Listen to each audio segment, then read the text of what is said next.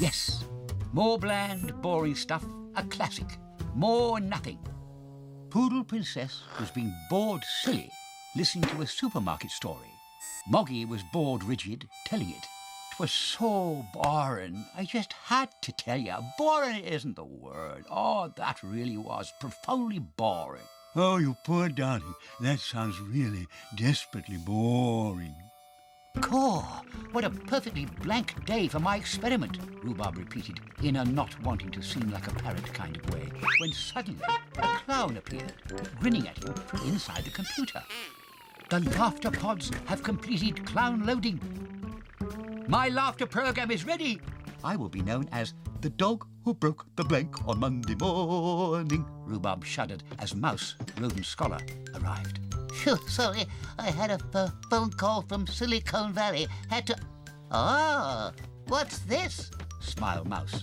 So it works. Even you are smiling, beamed Rhubarb, and explained all about the blank day and how he'd clown-loaded the laughter pods and how he planned to... Oh, I say, said Mouse. The dog who broke the blank. Exactly, beamed Rhubarb, and they sat in front of the computer and began the merrymaking. I think we'll experiment on custard first, chuckled Rhubarb, and tweaked the laughter spring. The first twang launched a computer-guided laughter pod directly at Custard. Bullseye, right on the conch. Perfect. Within seconds of the chuckle dust exploding, Custard was chortling madly and guffawing and carrying on up and down the fence. As Rhubarb looked at Mouse, the advanced happiness and laughter program kicked in and began broadcasting outrageously silly music over the garden. That's when things really began to change. Another laughter pod reached its target. Moggy Malone this time. Poodle Princess got the laughter treatment too. As the silly music got louder, Rookie looked over from the old conker tree with a blank stare. Can't have that, chuckled Rhubarb. Rookie was instantly in raptures. Mole got it too. Post dog turned up and a laughter pod was delivered. First class, right in the grub. Birds were cheered up next. The day was turning into a festival of laughter. The music got louder. Rhubarb and Mouse were congratulating themselves when suddenly they noticed the music changed tune, ever so slightly. Oh, it's nothing, said Mouse, when suddenly it changed again, and the laughter pod catapult went completely berserk, spraying pods everywhere. Poodle Princess, Moggy Malone, the birds and all the other garden animals were bent double with laughter. And then it happened.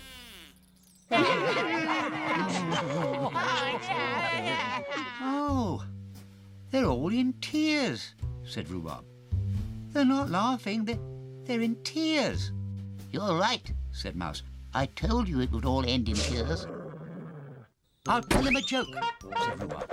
I say. Have you heard the one about the... Rhubarb began, but nobody listened. Everyone was awash in tears. A dog walked into the kennel cafe. He said, do you serve cats?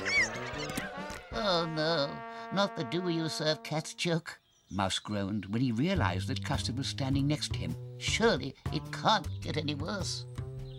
Want a bet? Grinned Custard. You are not a real clown till you have copped a custard pie from point blank range, said Custard. And the laughter was deafening. Meanwhile, Mouse huffed and puffed as he trundled what looked suspiciously like a feather-covered bike across the lawn. It's not exactly a flying bicycle, explained Rhubarb in a now-look-here chaps kind of way. However, I can confidently announce that it will take Rookie aloft with the greatest of ease. A pigs might fly, grunted Custard. Ah, no, sorry. I refuse to see myself on that thing, said Custard firmly. Have no fear, quipped Rhubarb. You are simply required as ground crew, he hinted with an air of aeronautic authority. And with that, he addressed the garden animals.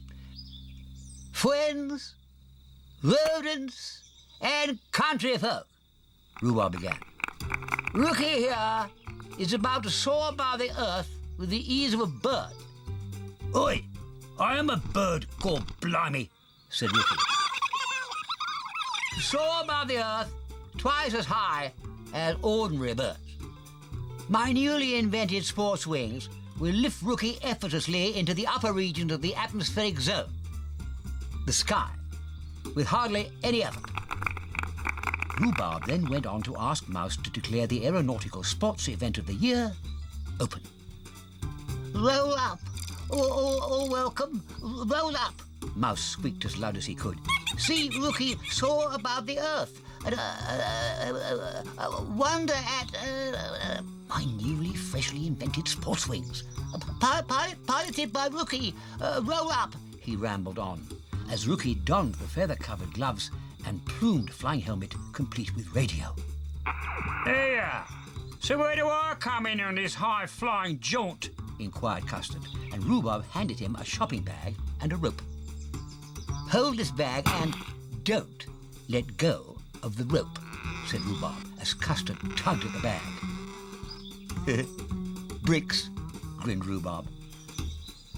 Oh, a bag of bricks and a rope? How clever is that? Wailed Custard. Just be ready, growled Roobarb, as he set about barking orders for his experiment to begin. OK, Rookie. 2 circles and 3 flaps will easily take you to 30,000 feet up. So don't get carried away, so as to say. Chuckled Roobarb, as his little joke went right over Rookie's head.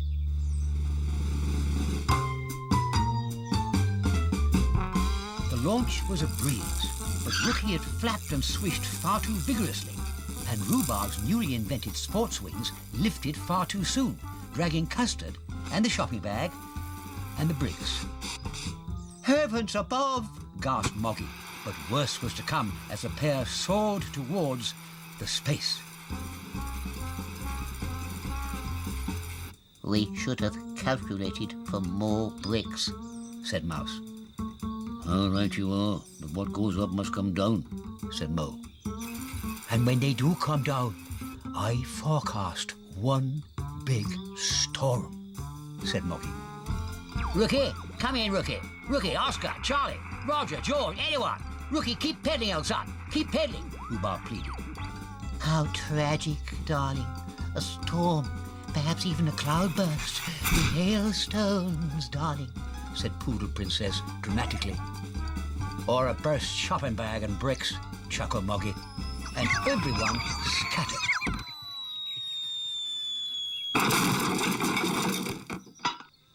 Oh, Rhubarb. Here, he's escaping, said Rookie.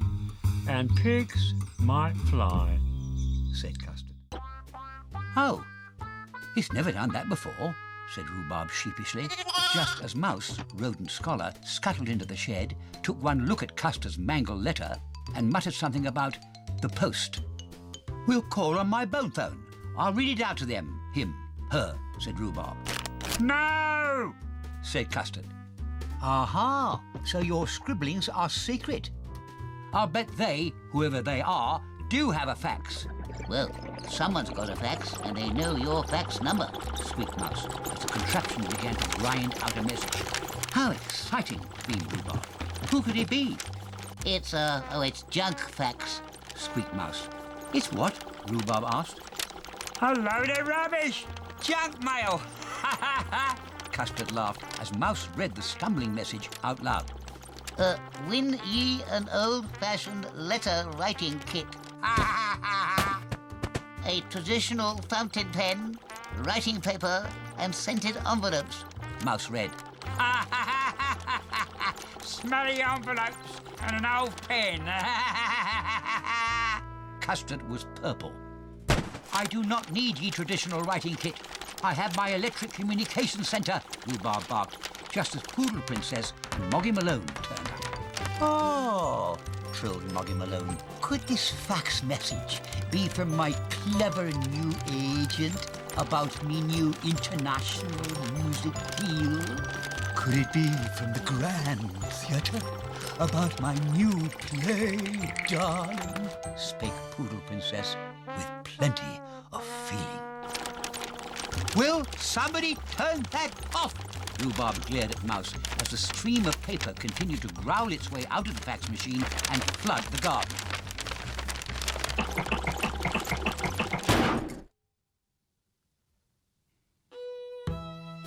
I think I'll just deliver this personally. Too late for the post, said Custard quietly as he picked up his shredded letter and followed the others. Agent. So that's what this writing is all about. Custard the cat. Never known to work, ever. Theatrical and musical agent suddenly... I suppose all that drivel what you wrote is a contract. What? Oh, yes. Tomcat. Custard's friend? Yes, hello, said Rhubarb. What can I do for you? You'd like a message delivered to Custard? Yes. Custard is best agent in world. Okie dokie, Custard Tom, said Rhubarb. Leave it to me, he grinned. A message for Custard. A is for agent, B is for buffoon, C is for Custard, Rhubarb muttered to himself as he stirred the gooey letters around a large pot of cold alphabet soup. Then he made his call. Oh, Custard! Yeah? Message from Tomcat. Send it over. Custard sniggered. A pleasure, echoed Rhubarb. You have mail! As Custard raised a cheery mug to Poodle Princess's acting, up went a cheer from the crowd, and down went the mug with a crash.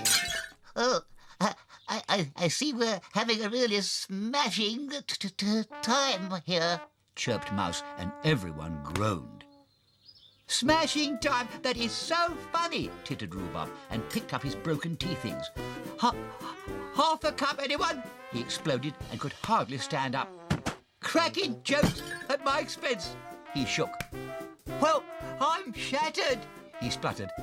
Shattered! I think Rhubarb's finally cracked up, said Moggy Malone. Well, the garden party's certainly broken up, sighed Poodle Princess. Right. Tea at 4 o'clock on the lawn, squeaked Mouse as loud as he could. What about caps? Wailed Custard. Pottery, said Mouse. We'll make a new tea set. A tea set? But we don't know anything about pottery, Rhubarb said. The computer does, chirped Mouse. We'll look it up. And with that, Rhubarb, Custard and Mouse made a beeline for the shed. Mouse startled the computer from a deep sleep. Custard gave it a shake, and Rhubarb looked up P for pottery. Next, he was on his bone phone. Hello? Mole? Can you help? We need clay. Heaps, so's to say. As soon as you can. And we'll need a potter's wheel, squeaked Mouse. I'll think of something, said Rhubarb in a thinking kind of way, and stepped out of the shed and fell over the bird bath. Perfect, he beamed. A perfect potter's wheel. We're going to make a new tea set, announced Rhubarb. Afternoon tea under the old conker tree at 4. A complete new tea set, said Mo. You'll have you jogging for hours, running that potter's wheel. Mouse shook his head. No problem. Engine, rubber band, engine does the work. Computer control. Nothing to go wrong, he explained. There's clever, said Mo. And Rhubarb asked if there was a bit too much clay for a tea set. No, said Mo. You'll need all of that, mark my words, he said. Shrinkage and whirling, see? Well, if you think so, Mo. Turn her on, shouted Rhubarb. Turn her on, echoed Custard. Turn her on it is, squeaked Mouse from the shed, and the new tea set was on its way. Slowly at first, the mountain of clay began to turn on the bird table. It's working, shouted Rhubarb in a pleased as a potter kind of way, and the garden animals stood around as the clay mountain wobbled and turned and picked up speed. Oh, isn't he just the most wonderful potter, darling? Gushed Poodle Princess in a one artist to another kind of way. Wonderfully potty, shrugged Moggy. As the clay gathered pace, Rhubarb, Master Potter, held his paws up to the wet mass, and soft, wet, earthy dollops flew from the turning blob. Moggy copped a splash first, then Princess caught one. Rookie got a splodge too. The birds didn't lose out either, as the giant wobbly teacup reached a menacing speed. "I think it's a bit big," shouted Rhubarb above the clatter of the wheel, and dug his paws deeper into the squishy clay. As he did, the stuff flew wide and far, and there was plenty of it. "Ahoy there, Custard! One lump or two?" chortled Rhubarb, as Custard was covered in enough clay to mistake him for a large ornamental china cat. Everyone was covered in clay, just where they stood. And when Rhubarb noticed what looked like Mouse standing by the shed, he begged for him to turn off the wheel. Can't. Squeaked Mouse, Stuck. and the pottery wheel whirled and clanked around the clock. As the sun came creeping up over the old cockatoo, the diesel engine finally spluttered and gasped to a stop, and Rhubarb was able to take his worn-down fingers away from what now looked like a miniature egg cup. When he looked up, a concrete gnome army, the Grenadier Gardeners, seethed at him. Their heavy clay overcoats set solid. It was dead quiet. I'll go and put the kettle on, said Rhubarb nervously. In the shed, Rhubarb picked up his bone fern and called Mouse, rodent scholar from Silicon Valley. Mumbled Mouse. "What do you know about fast food?" Rhubarb wanted to know. Said Mouse through a mouthful of cheese. "Finish what you're eating. Fast," said Rhubarb, "and come over. Quick." Within the past 3 minutes, I have watched a cat swallow a whole fish in less than a second. Now that is what I call fast food. If we can sell quick nosh like that, I will be famous and you will be famous. You'll never give up on the corny joke, do you? Said Mouse. That's it. Corn. Brilliant. Mouse, you're brilliant. What? Said Mouse. Corn, said Rhubarb. I just invented corny pops. Corn! Hey, pops! Get it? Then he phoned Post Dog to arrange a worldwide delivery deal. Corny pops, the fastest food on earth, puffed Rhubarb. I say, did you say the fastest food on earth? Inquired Mouse. And why on earth would I say earth? Pouted Rhubarb. Because he did the damage to make a corny joke about an egg, and earth is French for egg. Mouse shrugged in French. And that is an earth from you, my friend. Remember, I do the jokes in French or any other language, huffed Rhubarb. As the clock ticked on into the afternoon, Rhubarb embarked on a sales pitch to a gathering crowd. At 4 o'clock, the fastest fast food on earth, Corny Pops, will be dished out free for testing. We will need several guinea pigs to try it out, he barked on, and the birds grumbled as a number of professional guinea pigs pushed through the crowd and volunteered. I knew it, whispered Rhubarb. The world is hungry for my very fast food. 4 o'clock then, Corny Pops testing, on the lawn, he announced. And he and Mouse strolled out to the house. At 4 o'clock, the birds hung around in an unruly pecking order, while Mouse stood on a box with his dispensing machine and invited the first guinea pig to step forward. They are, he squeaked. And Rhubarb shouted, Fire! And so the test market began.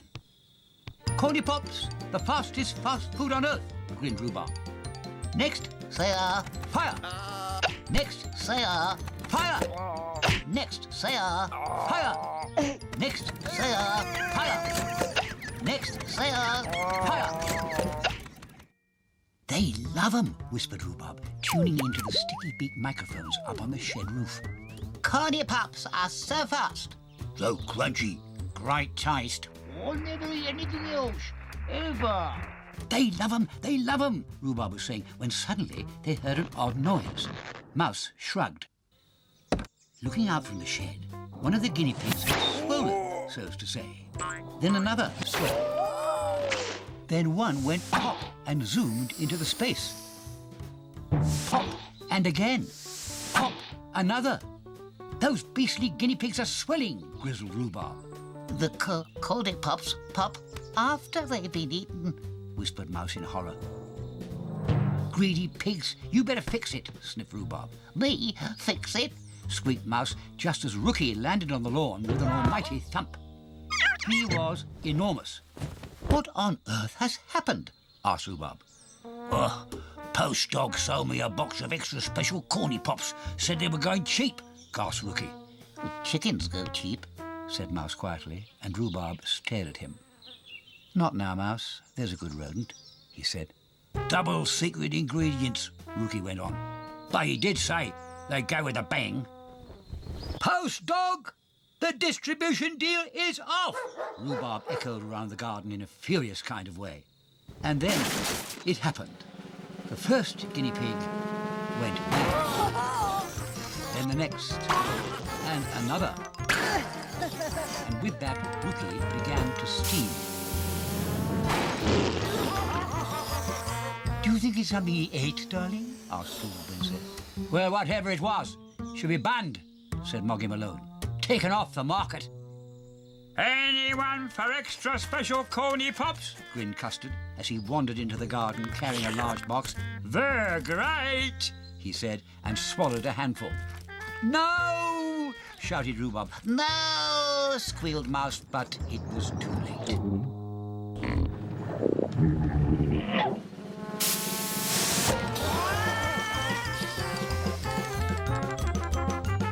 Post dog, my shed, now. That'll wake a lazy bones if anything does, scoffed Mouse as he handed Rhubarb a hammer and they chuckled off down to the shed to adjust the computer.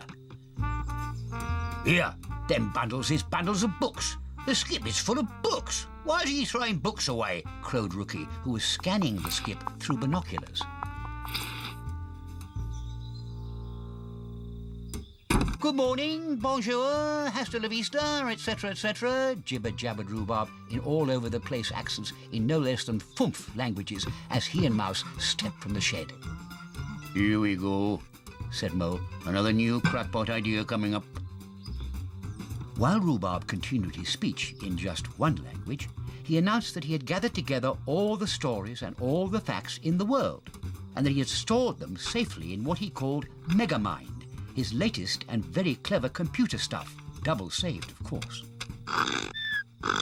He then went on to explain that Mouse, the famous computer engineer, rodent scholar, and cheese and line dancing artist of Silicon Valley, was an expert in Megamind software, and books were no longer necessary. Everything that had ever been in a book was now safe in the computer. Mouse? The need to hoard dusty old heavy books in order to read stories and learn facts is obsolete, gone, no longer needed. The new Megamind software has revolutionized learning. Well, I'm not sure about books no longer being needed, said Moggy Malone. But because I have a degree of intelligence, I do agree about computers changing the way we do things, especially Rhubarb's computer. And Poodle Princess agreed wholeheartedly.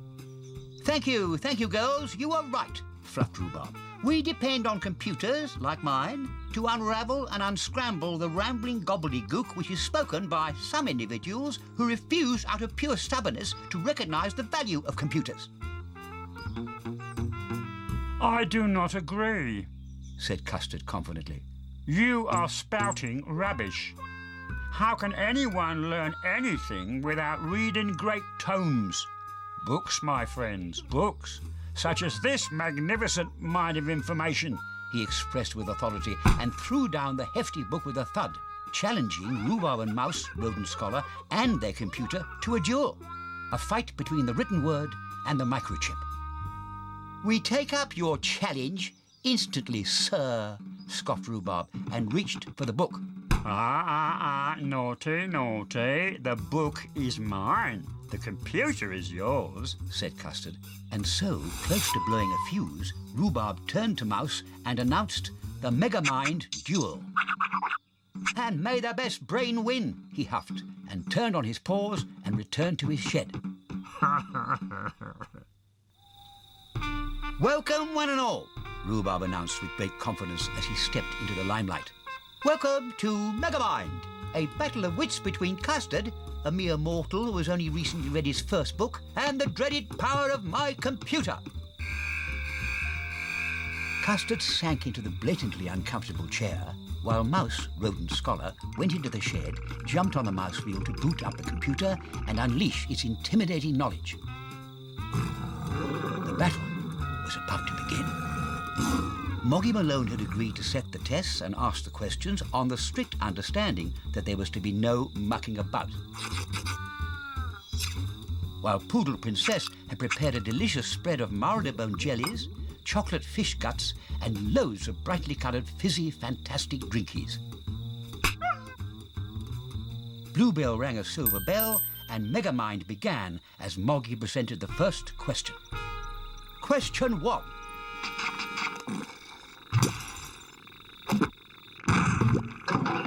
What is it, Mouse? Asked Rhubarb as Mouse rocked back and forth on the mouse wheel. It's the disk drive, whispered Mouse. A disk drive? Inquired Rhubarb, getting himself into a spin. What's wrong with it?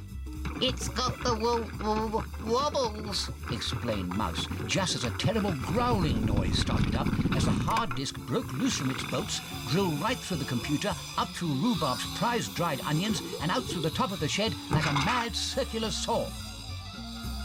The garden animals went wild with laughter. Custard stood up and claimed the Megamind championship, and Rhubarb stared daggers at Mouse, rodent scholar, who was searching wildly through a well-thumbed book. What now? Demanded Rhubarb. It's the instruction book, squeaked Mouse apologetically, and Custard claimed victory over the computer and invited everyone to refreshments under the old conker tree. Are you joining us, Rhubarb, darling? Asked Poodle Princess. Or are you otherwise booked for the evening? Scoffed Custard. Wizz, the home of ABCs, 1, 2, 3s, and all your favourite kids' TV characters. Now let's find kids' TV. Or I can press this microphone. Wizz. That's how easy it is.